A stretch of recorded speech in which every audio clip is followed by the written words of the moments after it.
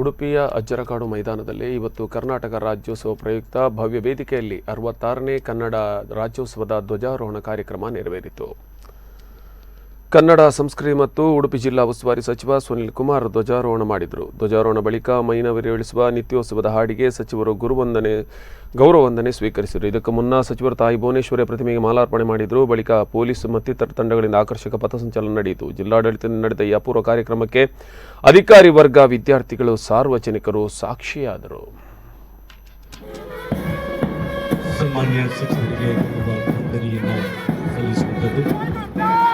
ಮೂರನೆಯಾಗಿಯಾಗಿ ಕುಮಾರವರ ನೇತೃತ್ವದಲ್ಲಿ ಗೃಹ ರಕ್ಷಕ ದಳ,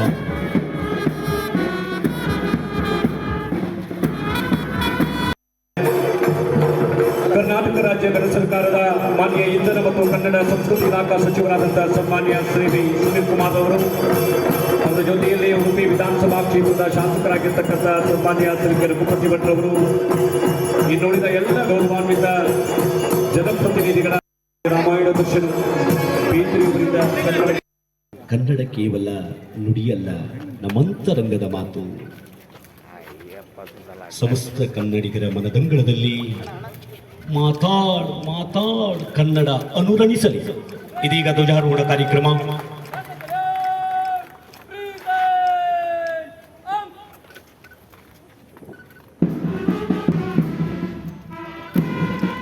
ಇದೆಲ್ಲದೂ ಕೂಡ ಒಂದಕ್ಕೊಂದು ಪೂರಕ. ಭಾಷೆಯ ಮುಖಾಂತರ ವ್ಯಕ್ತಿತ್ವ ನಿರ್ಮಾಣ ಆಗತ್ತೆ.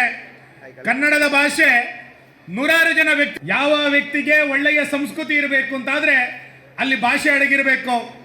ಸಂಸ್ಕೃತಿಯಿಂದ ನಡವಳಿಕೆ ನಿರ್ಮಾಣ ಆಗತ್ತೆ, ನಡವಳಿಕೆಯ ಮುಖಾಂತರ ವ್ಯಕ್ತಿತ್ವ ನಿರ್ಮಾಣ ಆಗತ್ತೆ. ಈ ಹಿನ್ನೆಲೆಯಲ್ಲಿ ಭಾಷೆಯ ಮುಖಾಂತರ ನಡವಳಿಕೆ, ಸಂಸ್ಕೃತಿ ಮತ್ತು ವ್ಯಕ್ತಿತ್ವ ಇದು ಒಂದಕ್ಕೊಂದು ಪೂರಕವಾಗಿ ಈ ಭಾಷೆಯನ್ನ ಬೆಳೆಸುವಂತ, ಈ ಭಾಷೆಯನ್ನ ಆರಾಧಿಸುವಂತ ಕಾರ್ಯ ಕನ್ನಡ ನಾಡಿನಲ್ಲಿ ನಡಿಬೇಕು ಅನ್ನುವಂಥದ್ದು ನಮ್ಮ ಇಲಾಖೆಯ ಆಶಯ, ಎಲ್ಲರದು ಕೂಡ ಆಶಯ. ಈ ರೀತಿ ಸಂಸ್ಕೃತಿಯನ್ನ ಎತ್ತಿ ಹಿಡಿಯುವಂತ